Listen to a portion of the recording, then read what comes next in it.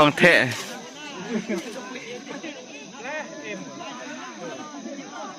ลอยห้อยอ่ะต้องบนนี้ลอยห้อยอ่ะดึง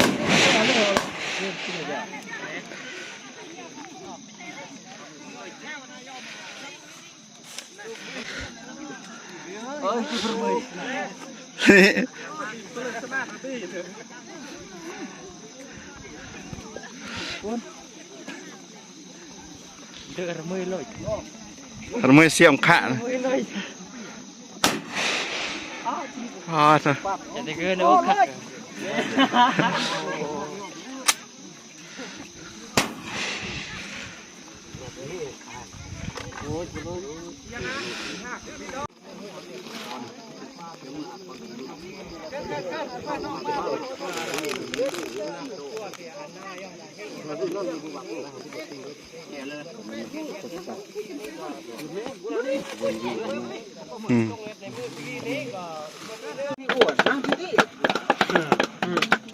เก็บยองนี้ไม่ยอดน้องหมดเสมอวัดเราได้นี่คือเรื่องนำยกเก็บในนี้ได้เก็บ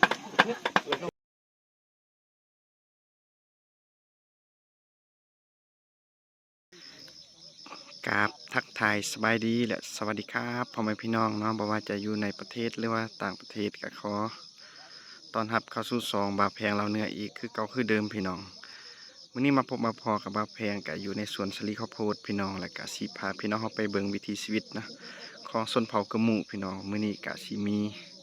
การสมัครคีกันมาช่วยเรือพี่น้องฮักสลีข้าวโพดพี่น้องก็เป็นจำนวนแรงงานก็100 กว่าคนเนาะพี่น้องแล้วก็บาแพงก็ได้ตื่นแต่เช้าเนาะไปช่วยเขาเจ้าแตงอยู่ครัวกินเดี๋ยวสิให้เบิ่งบ่อนแตงอยู่ครัวกินพี่น้อง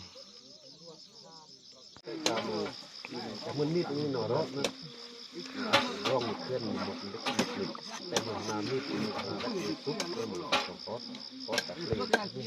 เราจะให้เปลี่ยนเราจะเรียนที่อ๋อที่ก็เท่โอ้คนด้วยจะแสดงได้ปั๊บ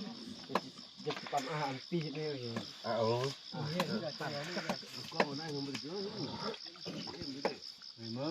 rồi rung rồi đi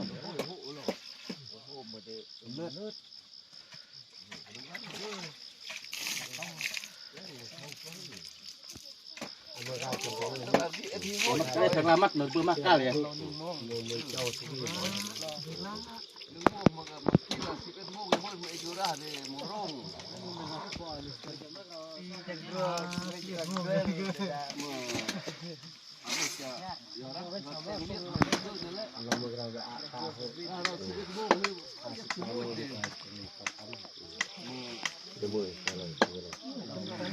mà không tặng mời sủng lá mặt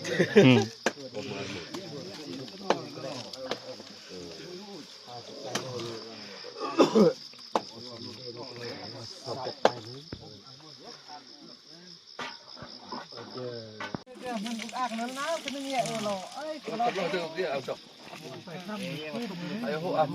ui ho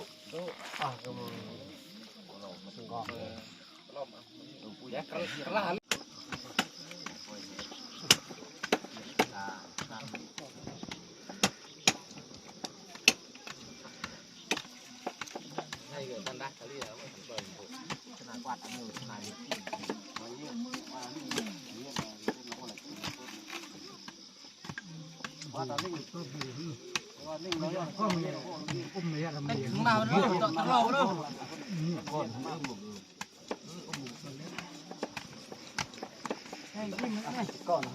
quay rồi đi rưới thế cả bữa làm cơ này cả mấy cái cọc anh thì hồ thôi cái gì của mình co tôm nó priok là gum dòng chim thế ô chờ đó yên nữa mình mình phải kêu tạt ngất ra làm plus giờ này mình chạy rồi chép làn là coi căn chủ cái này ô làm rồi tặng căn đi ô ช่วยรอที่เนาะ เนาะหลังจากที่ว่าให้เบิ่งบอลแต่งอยู่ข้อกินแล้วก็สิให้เบิ่งเนาะบอลหางพักเข้าพี่น้องหางพักเข้าแคมทางเดี๋ยวสิให้เบิ่งเลยพี่น้อง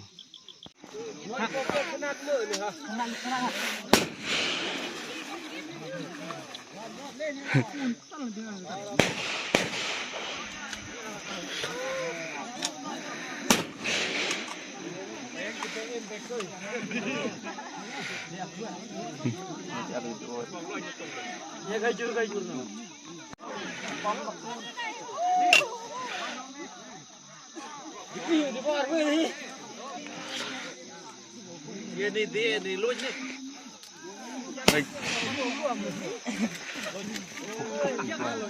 เอาใส่ดิอันนี้ผิดดิ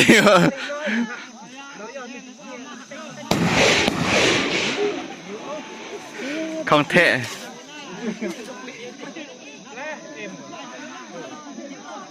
lôi thôi à tông vào đây lôi thôi à đừng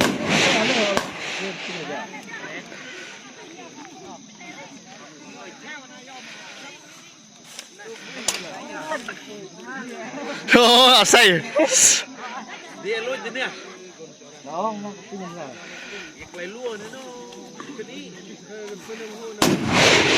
ยี่สิบเลย โอ้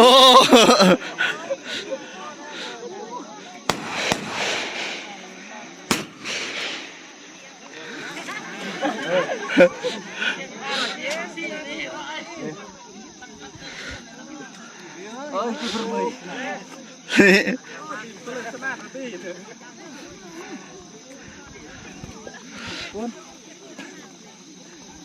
เดือดมือเลย ทำไมเสียมขาดพอเถอะ จะได้เกินโอ้ค่ะ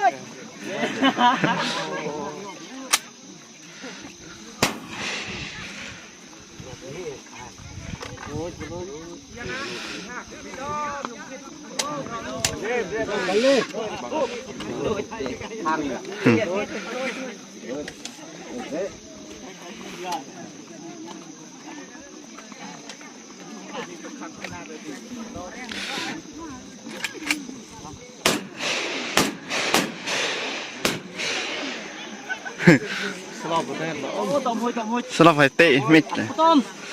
แม่หมูจะต้องดูประเมิน เตะเยอะยอกกาลแม่นนี่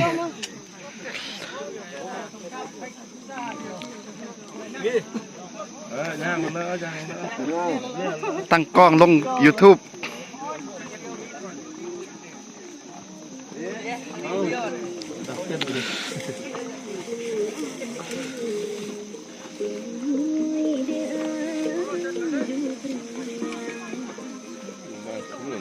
บ่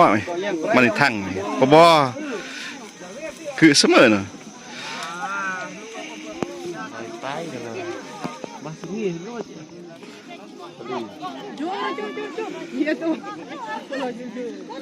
เดี๋ยวอันนี้มาลองเบิ่งเนี่ยเลอะ ยาพูนกระสือยังมาเต็มจุดนะจุดตะกอนนะจุดเรียงเราได้บูมยาระสือยาระสือตั้งไปจริงต้น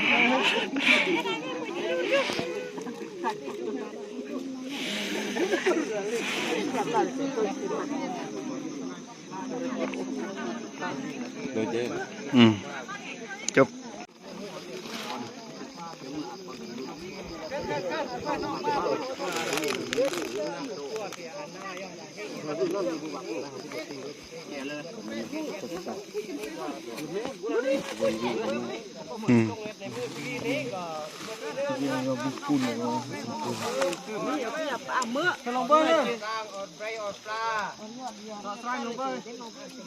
จะไปบ่อนี่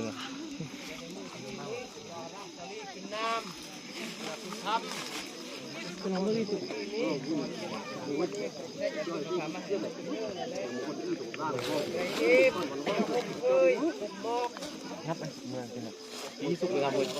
เพื่อนนี่นับเลยเราไปก้นนี่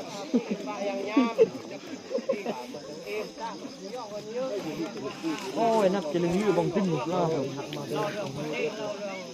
ย những người giang mắt này gun mắt kiểu mưa phát của ni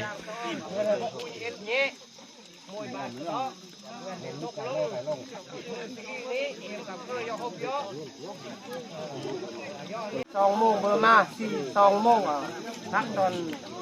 mà chỉมีhôi si mông cả nâu thácสลาเวียกถูกวันในโจ๊กsi môngที่เป็นพักผ่อนทางเวียกก็พ่อจำเป็นสองโมงเนาะอาการเคลื่อนย้ายสามโมงเนี่ยเพื่อเราจะปิดบัญชีสองโมงเราเบื่อย้ายยอดแต่บางเบื่อจะสามโมงเนี่ยเวียกเราสามโมงเราปิดแล้วต้องที่นี่กับเบื่อเจอโจ๊กตรงนี้เราโมงเวลานี่ก็คลอแจ้งเนาะบ้านก็แจ้งเวียกพักเวียกรัดได้เราสิกี้ก็เมื่อหัวหน้าครอบครัวล้วนๆเรานี่ก็มือสว่างนิดจากมือหักถึงแทกปฏิริปฏิส่วนในมือสว่างกับเพื่อนเวียกแจ้งเวียกพักเวียกรัดนี้เราก็เป็นแจ้งตัวโค้งฮะพี่อ้วนนะพี่นี่เกิดอย่างนี้ไม่ยอมนองมือเสมอวัดเราได้นี่คือเริ่มนำยกเซตได้เซต